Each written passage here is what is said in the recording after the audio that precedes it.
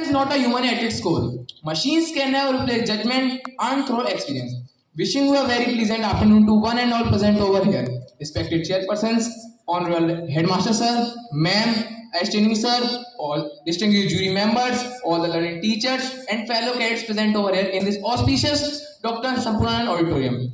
Today I get Utkarsh Pratap Singh representing Pant House feels honored to stand in front of you all in this inter-house English debate competition to present my views against the motion of the topic, should AI and niche technology be taught in different institutes? Firstly, let us remember that wars are not fought by machines but by men with their courage, discipline, and judgment. Overloading our cadets with AI and technical jargon risks distracting them from the core military purpose, leadership, strategy, and physical endurance.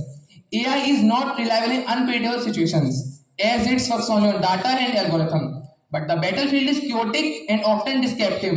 Let me remind you of an unfortunate event. In 2019, India's own Mi-17 helicopter was shot down by an Indian missile defense system, resulting in death of 6 Indian Air Force personnel and 1 civilian.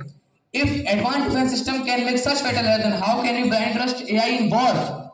AI and niche technologies are vulnerable to cyber attacks and manipulation.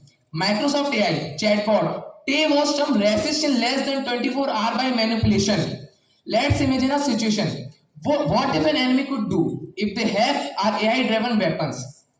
There are serious ethical and legal concerns. If an AI-controlled drone killed an innocent civilian, who will take the responsibility? A machine or a soldier? We all know that terrorists in Jammu and Kashmir are usually deceived as the resident of that place. Even in the NIR, National Intelligence Agency report, it was found the planning of this horrified attack was done in the local areas of Pahalgam, where our defense forces use drones and other technologies used for surveillance.